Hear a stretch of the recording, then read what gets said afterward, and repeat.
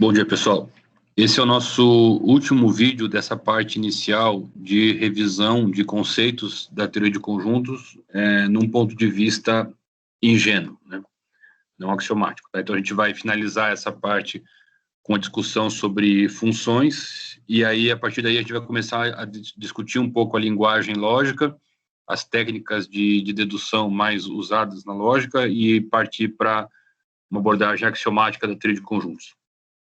Então, o vídeo de hoje é a última parte da nossa abordagem da teoria de conjuntos do ponto de vista ingênuo, né? A gente falou aqui, né? Abordagem ingênua da teoria de conjuntos, ou seja, não axiomática, né? Foi explicado nos outros vídeos. Ingênuo não é nada, não diminui em nada a abordagem, apenas quer dizer que ela não é axiomática, tá? Então, aqui essa é uma definição dentro do contexto da teoria de conjuntos ingênua, né? E a gente vai dizer que uma função é uma relação, tá? Que a cada elemento do domínio associa um único no contradomínio. E aí esse conceito de relação aqui não foi explicado, tá? O que é domínio, o que é contradomínio também não está explicado. Então, assim, é uma abordagem ingênua, uma abordagem mais informal, tá? Então, a formalização desses conceitos vai vir mais para frente, tá? Então, tipo, eu dizer que uma função é uma relação é um pouco esquisito, né? Porque eu estou definindo um termo e aí estou usando outro termo, mas é porque a nossa abordagem é ingênua, tá? Ainda é bastante informal, certo? Então, duas características importantes que tem essa definição, vamos colocar aqui, talvez, só as características importantes dessa definição. A primeira é que ela envolve todo o domínio, tá? Então, ela é global no sentido de que ela envolve todo o domínio X, tá? Ou seja, ela é global ou geral também, né? Tá? No sentido de que todo elemento de X, todo elemento do domínio está relacionado por alguém do contradomínio, ou seja, aqui, essa palavra cada aqui, né? A palavra cada, ela quer dizer que qualquer um elemento que você pegar aqui em X, ele vai ter um correspondente em Y, tá? Nesse sentido que a gente fala global em X, ok? E, além disso, ela é bem definida, ou univocamente definida, né? Univocamente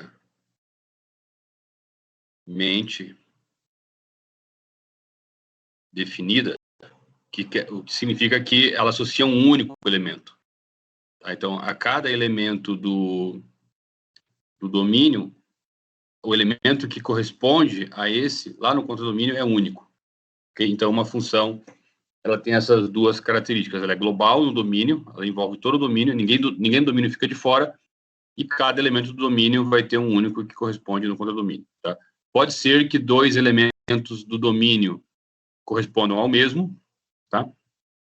Pode ser que tenha elementos do contradomínio que não tenham nenhum correspondente em X, tá? Porque ela é global ou geral em X, tá? Ou seja, todo mundo em X, que é o domínio da função, está relacionado a alguém, mas não quer dizer que todo mundo do contradomínio vai ter algum correspondente em X. Tá? Essas eram as duas primeiras observações dessa definição. Tá? Aí, a partir do conceito de função, a gente vai poder dar uma definição de outros conjuntos, tá? E esses outros conjuntos que nós vamos definir, eles vão gerar mais exemplos interessantes que a gente vai poder usar em demonstrações, né? Porque um dos nossos objetivos em fazer essa revisão de teoria de conjuntos do ponto de vista ingênuo é que a gente pode dar alguns exemplos de demonstrações, né? Quando a gente for discutir a linguagem lógica, a gente tem material, né, para trabalhar em termos de demonstrações. Tá? E aí o primeiro exemplo de conjunto que aparece aqui é o conjunto imagem. Okay? Então, você tem um subconjunto do domínio, né? Deixa eu escrever aqui de novo essa função que está aqui em cima, né? Está aqui, né? Aqui em cima a função f de x para y, eu vou reescrever ela aqui só para a gente guardar bem, né? Tá? Então, aqui é uma função f de x em y, tá? Aí o que ele faz? Ele pega um subconjunto aqui em X, certo? E define a imagem pela função f desse conjunto A, que é um subconjunto do domínio. Tá? E aí a notação é essa aqui, f de A. Tá? Então isso aqui é a imagem do conjunto A pela função f. E como é a definição? São todos os elementos lá do contradomínio que estão relacionados pela função f a algum elemento do conjunto A, né? Onde esse conjunto A é um conjunto do domínio. Tá? Então, todo mundo do contradomínio que está relacionado a alguém de A pertence à imagem do conjunto A pela função f. Tá? E esse conceito você pode também aplicar no caso em que o conjunto é todo o domínio. Tá? Você pode pegar aqui qualquer subconjunto de X, mas você também pode aplicar esse mesmo conceito no caso em que o A, que é o subconjunto que você pegou em X, seja o domínio inteiro, ou seja, você está pegando a imagem do domínio inteiro. Aqui era a imagem de um subconjunto, tá? Mas você pode fazer o mesmo conceito com todo o domínio, você vai ter o f de x, que vai ser a imagem, ou vai ser o conjunto imagem da função f, né? Tá? Vai ser toda a imagem da função.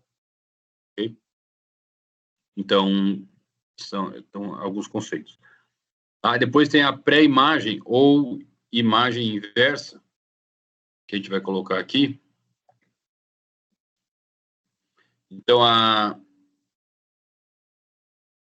pré-imagem ou imagem inversa, ela é uma espécie de oposto da imagem que a gente acabou de ver, né?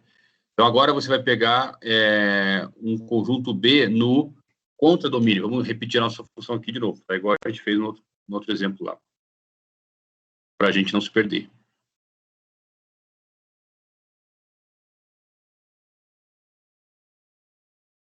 Então, você vai pegar um conjunto B no contradomínio agora, tá? E vai formar a pré-imagem de B pela função f. E esse conjunto é denotado por f a menos 1 de B. Tá? Quem é a pré-imagem de B pela função f? Lembra que B é um subconjunto do contradomínio agora. Tá? Lá na imagem, o A, né, que estava aqui em cima, ele era um subconjunto do domínio. Agora, eu vou pegar um subconjunto do contradomínio. Okay? Aí, quem é essa pré-imagem? São todos os elementos x do domínio, tais que quando eu aplico a função f nele, ele cai nesse conjunto B, que a gente pegou lá no contradomínio. Então, essa é a pré-imagem do conjunto B. Tá? Aí, a observação que a gente faz aqui embaixo é a seguinte: a pré-imagem sempre vai existir, né? Faltou escrever aqui. A pré-imagem sempre vai existir. Tá? Mesmo que a função inversa não exista. Tá?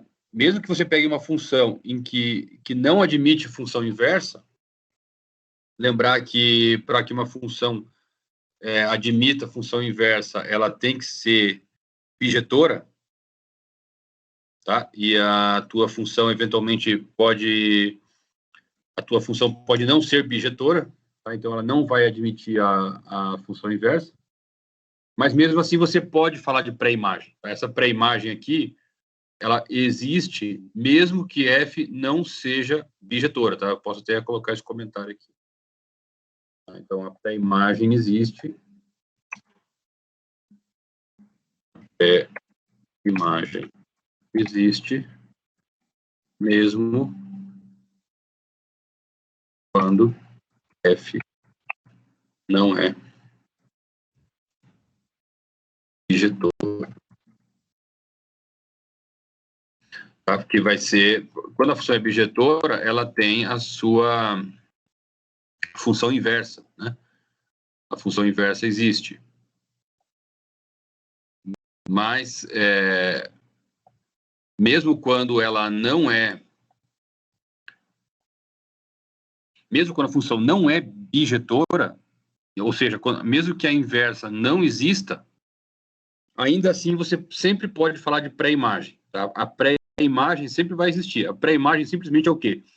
São os elementos do domínio que, quando você aplica a função f, eles caem em B. Tá? B é um subconjunto do contradomínio. Então, você olha para aqueles elementos do domínio que, quando você aplica a função, eles caem em B. Ok? Esse conjunto aqui sempre existe, tá? Mesmo que a função não seja bijetora. Quando a função é bijetora, aí existe a função inversa, tá? Mas, ainda assim, a pré-imagem existe sempre, mesmo que a função inversa não exista. É isso que está explicando aqui nessa observação. Tá? Aí uma terceira situação que surge a partir desse conjunto de funções é o conjunto de funções. Tá? Porque veja que a gente aprendeu, né, a fazer a interseção, aprendeu a fazer a reunião, né, aprendemos a fazer o conjunto das partes, ou seja, você me dá dois conjuntos, eu faço a reunião, ou seja, eu crio um novo conjunto. Você me dá dois conjuntos, eu faço a intersecção, criei um novo conjunto. Você me dá um conjunto, eu pego o conjunto das partes, criei um novo conjunto. Então, assim, a gente tem várias operações que criam novos conjuntos para a gente. Mas com as funções, a gente tem ainda mais uma operação, né, que vai criar um novo conjunto, que é o conjunto das funções. Você pode chamar de fun. Né? O conjunto das funções, o fun xy. Você pode chamar das funções de x para y. Tá? Ou seja, é o conjunto de todas as funções com domínio x e contra domínio y. Tá? Esse é o conjunto das funções x, y, e a gente vai explorar algumas características desse conjunto nos exemplos. Tá? Aí, vamos ver aqui algumas propriedades que esses conjuntos têm, porque aí depois a gente, no momento síncrono, semana que vem, a gente vai discutir como demonstrar essas propriedades e fazer alguns exercícios. Tá? Então, aqui, por exemplo, uma propriedade da imagem inversa. Né? Se você fizer a pré-imagem ou imagem inversa da intersecção de dois conjuntos, isso vai ser igual à intersecção das pré-imagens. Tá? Então, assim, se um cara está na pré-imagem da intersecção, é porque quando você aplicar a F, ele cai na intersecção.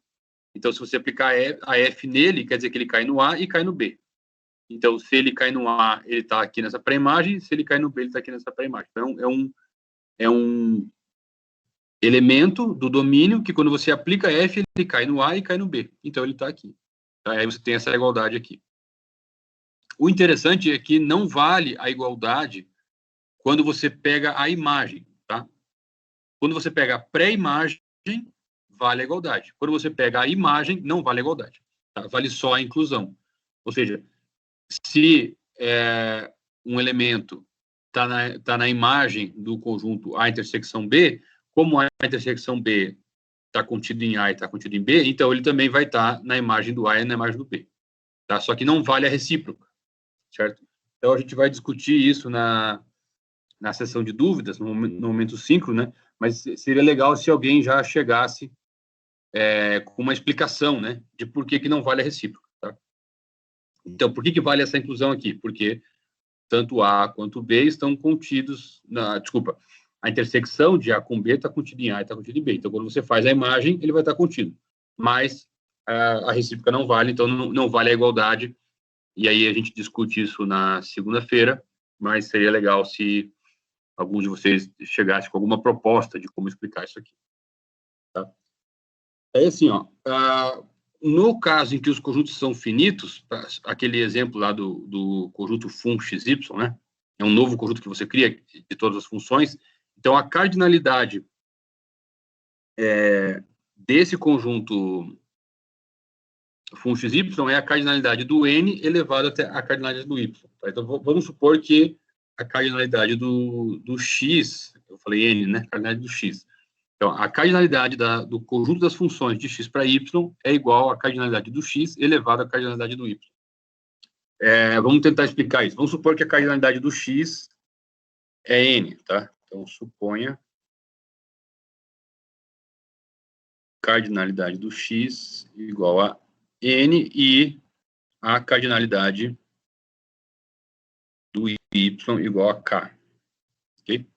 Então, isso significa que o conjunto X ele tem N elementos que nós vamos chamar de então, aqui está o conjunto X, tá? Os elementos, ele tem N elementos, vamos chamar de X1, X2, X3, e assim por diante, até Xn. Tá? E o conjunto Y tem K elementos, então a gente vai chamar aqui o Y de Y1, Y2, até YK. Tá? Esse K ele pode ser maior ou menor do que N, o N pode ser maior do que K. Aqui eu só estou tentando representar de uma forma geral. Tá? Bom, o que a gente quer? A gente quer estudar o conjunto fun, ou seja, todas as funções de x para y. Tá? Você quer analisar todas. Aqui eu esqueci. Funções, né? Peraí. Todas as funções de x para y. Tá? Então, assim, se você tem aqui uma função f de x para y, isso quer dizer que essa f pertence ao fun xy. Ok? A pergunta que você quer fazer é quantas funções existem. Tá? Então, qual é a cardinalidade do conjunto das funções de x para y? Você está perguntando isso. Quantas funções existem? Mas uma função, ela leva os elementos do x nos elementos do y. Ela leva, meu cursor aqui, ela leva os elementos aqui de x em elementos em y. Tá? Então, ela vai pegar cada elemento do domínio e vai levar no elemento contra domínio. Se eu trocar aqui o elemento que ela leva, eu tenho uma nova função. Tá? E se eu trocar aqui embaixo, de novo, eu tenho uma nova função. E assim por diante. Então, esse elemento aqui, cada elemento do x, ele tem k possibilidades. Né? Ele pode ir no primeiro, no segundo ou no último. Então, aqui tem k possibilidades. Esse elemento x2, mesma coisa. Eu vou desenhar pequenininho aqui porque eu não estou sem espaço, mas ele tem k possibilidades. O x3, mesma coisa. Tá? Ele pode ir no 1, pode ir no 2, pode ir no k. Tá? E assim continua, e assim por diante, até o xn. Tá? Ele pode ir nesse... O que eu quero dizer com ir no 1 aqui? Quer dizer que esse x1 vai no... Meu cursor de novo. Quer dizer que o x1 vai no y1. Se o x1 for no 2, quer dizer que o x1 vai no y2. Se o x1 for no 3, quer dizer que o x1 vai no y3. Se o x1 for no k, quer dizer que o x1 vai no yk. E, assim, e a mesma coisa para o x2, para o x3, até o xn. Faltou escrever aqui, vamos colocar aqui. 1, 2, k. Então, cada vez que eu troco a minha escolha aqui no x1, eu tenho uma nova função. Se eu trocar no x2, eu tenho uma nova função. Se eu trocar no x3, etc. Tá? Então, aqui no x1 eu tenho k escolhas. Eu tenho k possibilidades de funções. Eu tenho k aqui. No x2 eu tenho k de novo. No x3 eu tenho k de novo e assim por diante. E aqui no último eu tenho k. Só que cada vez que eu faço uma troca aqui, eu obtenho uma nova função. Então, aí isso multiplica, porque esses eventos aqui são simultâneos.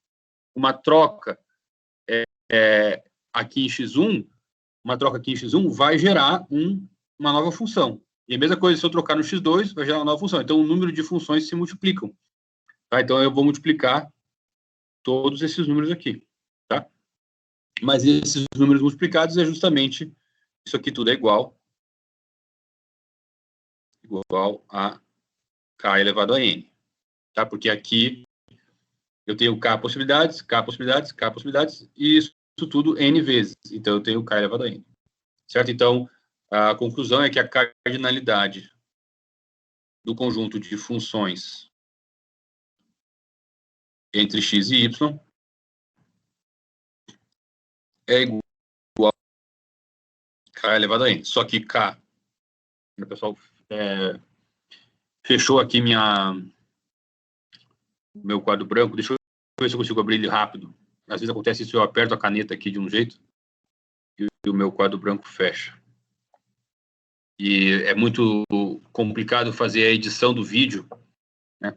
Porque demora muito para a gente editar vídeo. Eu não tenho um aplicativo bom, então eu vou ter que esperar abrir aqui. Mas eu acho que ele vai voltar mais ou menos no mesmo ponto que a gente estava. Tá? Eu estava só querendo concluir lá que a cardinalidade do conjunto de funções era k elevado a n, mas k era a cardinalidade do y, n era a cardinalidade do x, então a cardinalidade do conjunto de funções era a cardinalidade do y elevado à cardinalidade do x, que era o que a gente queria provar. Tá? Assim que o quadro branco abrir aqui, eu escrevo isso para concluir. Tá? O que vocês poderiam me perguntar era se aconteceria a mesma coisa no caso infinito. Tá? Só que aí, quando você vai tratar essa questão no caso infinito, você precisa exatamente de uma definição mais clara do que seja a cardinalidade de um conjunto infinito. Okay? E aí é uma discussão mais complicada. Mas vai valer, sim, essa mesma propriedade, que a cardinalidade das funções é a cardinalidade do y elevado à cardinalidade do x. Isso vai valer, só que você precisa de uma definição mais clara do que seja a cardinalidade dos infinitos, tá? Mas essa propriedade vai valer. Então, só para a gente concluir, pessoal, deixa eu escrever o que eu falei aqui, para a gente encerrar, né? Isso acontece muito, a caneta tem um botão ali, e eu acabo apertando o botão e ele desliga. Eu já tentei desabilitar esse botão na caneta, mas eu não consegui fazer isso. Então, a conclusão aqui era isso. A gente, de todo esse raciocínio que a gente fez aqui, né, a gente concluiu que a cardinalidade, ou seja, o número de funções é k elevado a n, tá? Só que o k é a cardinalidade do y, então aqui você tem isso aqui é igual a cardinalidade do y, que é o k, tá? Elevado a cardinalidade do x, que é o n. Agora, tá me vindo uma dúvida que eu acho que eu escrevi errado lá em cima, né? Deixa eu voltar lá, se eu escrevi errado no começo. Escrevi, né? Escrevi errado aqui, certo? Então, aqui tá trocado, tá? Aqui a cardinalidade do y, e também, de novo, não vai dar para editar isso no vídeo, né? Cardinalidade do y elevado à cardinalidade do x, tá? Mas quando eu for postar esse vídeo, eu comento, né, que no meio do vídeo aparece o erro, e aí no final o erro é corrigido, mas eu no texto da postagem eu coloco a forma correta, tá? E chamo a atenção de vocês para esse erro. Ok? Então, mas a demonstração é essa, tá? Então, aqui você tem k elevado a n, k cardinalidade do y, n cardinalidade do x, e aí você tem essa relação aqui. Tá? Aqui está o k, né? Por isso que é a cardinalidade do y, e aqui dá o x. Certo? E aí vale para conjuntos infinitos, vale também, só que precisa de uma definição, precisa ser colocado no contexto correto, mas é válido sim. Tá bom, pessoal? Era isso por hoje.